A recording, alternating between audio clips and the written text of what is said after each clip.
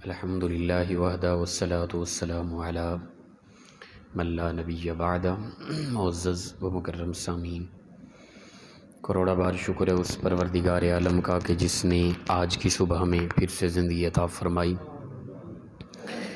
اور ہمیں یہ سعادت اور توفیق دی کہ ہم اپنے پروردگار کے ہاں آ کر سجدہ ریز ہوئے۔ یاد رکھیں کہ ہر متغیر چیز حادث ہوتی ہے۔ متغیر یعنی ہر تبدیل ہونے والی چیز۔ کائنات کے اندر جو بھی وجود ہے نا، یقیناً وہ تبدیل ہوتا ہے، اور ہر تبدیل ہونے والی چیز حادث ہے، مٹ جانے والی ہے۔ میں اور آپ اپنی ذات کو سامنے رکھیں، آج سے کچھ عرصہ پہلے میرا جسم، میرا وجود، میری شکل صورت اس طرح نہ تھا میں یہی، وجود تھوڑا تھا، شکل اور طرح کی تھی۔ آپ اپنی کوئی پکچر آج سے مثال کے طور پہ کوئی 50 سال کی عمر رکھتا ہے، کوئی وہ آج سے 30 سال پہلے کی اپنی پکچر کو دیکھے تو وہ ممکنہ صورت ہے خود کو بھی نہ پہچان پائے۔ اسی طرح آج سے 30 سال بعد میں اپنی اس شکل و صورت کو ممکنہ صورت پہچان نہ پاؤں۔ آج سے 500 1000 سال بعد، پہلے تو بہت بعد کی بات ہے، اس سے بہت پہلے 100 سال پہلے، ٹھیک ہے نا، یا 100 سال بعد جو گزر چکے ہیں، ہم اگر توجہ کریں تو یہ علاقہ کیا اسی طرح کا تھا؟ نہیں۔ آپ میں سے کئی لوگ ایسے بھی ہوں گے جو اس وقت کہیں گے حضرت یہ جگہ اتنی عرصہ پہلے اس طرح تھی، اب اتنا ماحول بدل گیا۔ اسی طرح آپ کہیں بھی جائیں، وہاں سے لوٹ آئیں، پھر کچھ عرصے کے بعد جو ہے تو آپ کو وہ جگہ آپ کے لیے پہچاننا مشکل ہو جائے گی۔ تو یہ کائنات متغیر ہے، ہر چیز تبدیل ہو رہی ہے، اور ہر متغیر چیز حادث ہے۔ جو بھی تبدیل ہو رہی ہے اس نے مٹ جانا ہے۔ یہ پوری کائنات، اس کا وجود، اس میں جو کچھ بھی ہے وہ متغیر ہے، بدل رہا ہے۔ جسامت کے حوالے سے، شکل کے حوالے سے، صورت کے حوالے سے تبدیلی آ رہی ہے۔ جو چیز متغیر ہے وہ حادث ہے، وہ ختم ہونے والی ہے۔ اسی طرح یہ پوری کائنات اجتماعی طور پہ یہ بھی حادث ہے، متغیر ہے، بدل رہی ہے۔ لوگ بدل رہے ہیں، ہوائیں فضائیں بدل رہی ہیں، حالات بدل رہے ہیں، معاملات بدل رہے ہیں۔ پھر ان قریب یہ پوری کائنات حادث ہے، ایک حادثہ ہوگا، یہ کائنات پوری تباہ ہو جائے گی۔ کل من علیہا فان، فرمایا ہر چیز تباہ ہونے والی ہے، فنا ہونے والی ہے، کوئی چیز بھی باقی نہیں رہے گی۔ صرف خدا کی ذات و صفات متغیر نہیں ہے اور وہ حادث نہیں ہے۔ خدا کی ذات و صفات کبھی بدلتی نہیں، وہ ہمیشہ رہنے والی ہے، وہ حادث نہیں ہے۔ حدیث مبارکہ کے اندر یہ آنے والا بڑا جو حادثہ اور انقلاب ہے قیامت کا، اس کی علامات میں سے کچھ بیان کی گئی۔ ویسے تو کئی مختلف روایات ہیں اور کئی علامتیں بیان کی گئی۔ یہ خاص کچھ علامتیں ہیں جو اس وقت ہم نے غور کرنا ہے، کیا یہ علامات اس وقت پائی تو نہیں جا رہی؟ وہ آنے والا جو حادثہ ہے، وہ آنے والا انقلاب ہے، وہ قیامت برپا ہونے والی ہے، جو اچانک یہ پوری کائنات پھٹ جانے والی ہے، تباہ ہو جانے والی ہے، فنا ہو جانے والی ہے۔ وہ لمحہ جب آنا ہے، اس سے پہلے جو علامات کا ظہور ہونا ہے، ان میں سے کچھ حضرت معاذ بن جبل رضی اللہ تعالیٰ عنہ سے ہے۔ آپ فرماتے ہیں، یعنی انہوں نے رسول اللہ صلی اللہ علیہ وسلم سے یہ چیزیں لی ہیں، فرماتے ہیں کہ 5 ایسی چیزیں ہیں، اگر تم میں سے کوئی بھی بندہ ان میں سے ایک چیز کو بھی پا لے، 5 علامات ہیں۔ حضرت معاذ فرماتے ہیں 5 ایسی علامات ہیں، ان میں سے تم میں سے کوئی بندہ ایک بھی علامت پا لینا تو وہ مر سکتا ہے، تو مر جائے فوراً۔ یعنی ایسی یہ خطرناک علامات ہیں، ایک بھی پائے کوئی بندہ تم میں سے، وہ مر سکتا ہے تو فوراً مر جائے۔ ایسا پرفتن دور آ رہا ہے، اور وہ قرب قیامت کا دور ہے، اور وہ اچانک آنے والا حادثہ جو ہے وہ قریب ہے۔ وہ کون سی علامات ہیں؟ پہلی علامت ان میں سے آپ لوگ تعجب کریں گے اور حیران کن چیزیں ہیں، آپ دیکھیں گے حضرت یہ تو ٹوٹل علامتیں پائی جا رہی ہیں۔ پہلی علامت فرمایا ممبروں پر ایک دوسرے پر لان تان کیا جائے گا، عام ہو گئی ہے۔ ممبر رسول پہ، اللہ کے رسول اللہ علیہ وسلم کے مصلی پہ، ممبر رسول پہ پڑھا لکھا طبقہ، علماء کہلانے والے، دین کی اشاعت کرنے والے، ممبروں پہ بیٹھ کے قرآن و حدیث بیان کرنے والے لوگ ایک دوسرے پر لان تان عام کر دیں گے۔ اس پر میں نے اور آپ نے غور کرنا ہے۔ آج کہیں کوئی الا قلیل، کوئی مقدر والا نظر آئے گا کہ جو بس محض اصلاح کرتا ہے، پیار محبت کے ساتھ قرآن و حدیث کی اشاعت کرتا ہے، لوگوں کی طبیعت میں جو بگاڑ ہے اس کو دور کرنے کی کوشش کرتا ہے، وگرنہ 99% آپ کو نظر آئے گا کہ فتنہ پرور لوگ ممبروں پہ بیٹھ کے ایک دوسرے کو گالی گلوچ اور عوام الناس کے اندر اپنا فرقہ واریت کی آگ کو اجاگر کرنا، آگ جلانا، نفرتیں پیدا کرنا، یہ چیز عام نظر آئے گی آپ لوگوں کو۔ تو فرمایا قرب قیامت، فرمایا اس طرح کا ماحول جب دیکھو تو تم مر سکو تو مر جاؤ دنیا سے، بڑا خطرناک قسم کا پرفتن دور ہے یہ۔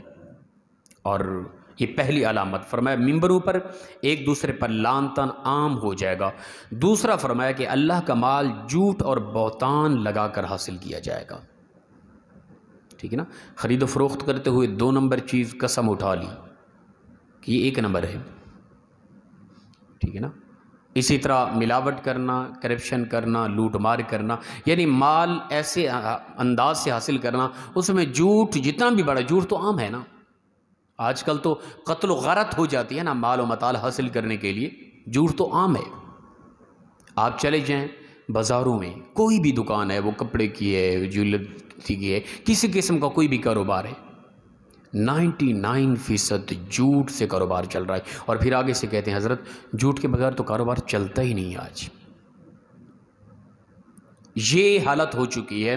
دوسری علامت فرمایا کہ جو اللہ نے رزق لکھا ہے وہ دینا ہے، اس رزق کو حاصل کرنے کے لیے جھوٹ بولا جائے گا، اور جھوٹ بول بول کر اللہ کی طرف سے جو مال آنا تھا اس کو حاصل کیا جائے گا۔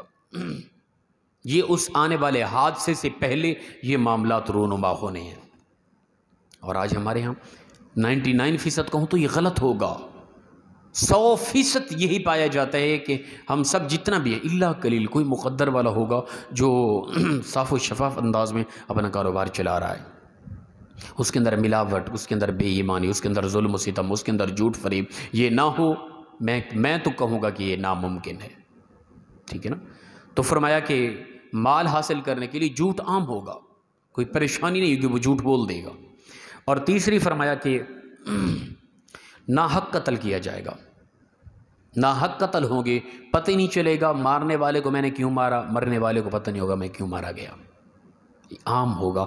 آج اس پرفتن دور میں دیکھیں کیا کچھ ہو رہا ہے، فیملیاں جا رہی ہیں، اچانک فائرنگ کر کے ان کو تباہ کر دیا، مار دیا گیا، پتہ ہی نہیں، تحقیق کی کوئی پتہ نہیں ہے، چل رہا ہے نظام زندگی۔ اور اسی طرح فرمایا رشتہ داریاں مٹ جائیں گی، چوتھی علامت، رشتہ داریاں مٹ جائیں گی۔ میں اور آپ اس وقت غور کریں، یہاں جتنا جو مسجد میں بیٹھے ہیں ہمارے کتنا ایسے رشتہ دار ہیں، یا ذاتی طور پہ میں اور آپ اپنے رشتہ داروں کے ساتھ جو رشتہ ہے اس رشتے کے مطابق جو اسلام نے کہا تھا تمہارا یہ رشتہ یہ حیثیت رکھتا ہے اور اس حیثیت کے مطابق تم نے ان کے ساتھ رہنا ہے، وہ ہم اس اصول کے مطابق اپنے رشتہ داروں کے ساتھ معاملات کر رہے ہو؟ بالکل نہیں ہے۔ سگے بھائیوں کی نفرت ہے، ایک ماں کی کوکھ سے جنم لینے والے بھائی ایک دوسرے کے خون کے پیاسے، چھوٹے چھوٹے معاملات پر جھگڑے۔ پھر میں اکثر ہی کہتا ہوں، ہوتا ہے ہمارے ہاں بھی اس طرح کی طبیعت ہے، چھوٹا سا جھگڑا ہو گیا نا سگے بھائی کے ساتھ، بڑا ہے یا چھوٹا بھائی ہے، پھر آگے اولاد کے دلوں میں نفرت پیدا کی جائے گی، پھر قسمیں اٹھا لی جائیں گی، اس کی خوشی غمی پہ میں تو نہیں جاؤں گا، یہ مر گیا تو میں اس کے جنازے پہ بھی نہیں جاؤں گا۔ اس قدر نفرت انسانیت میں تو نہ تھی، تو مسلمان تھا نا، یہ تو انسانیت سے بھی اس سے ہٹ کے ہے، تو مسلمان تھا نا، تیرے پاس تو اسلام تھا، تیرے پاس کلمہ کا نور تھا، تیرے پاس حدیث تھی، قرآن تھا، تو ایک اللہ کا خاص نائب اور خلیفہ اشرف المخلوق کا، تو مسجود ملائکہ تھا، اس قدر نفرت تیرے دل میں کہاں سے آئی؟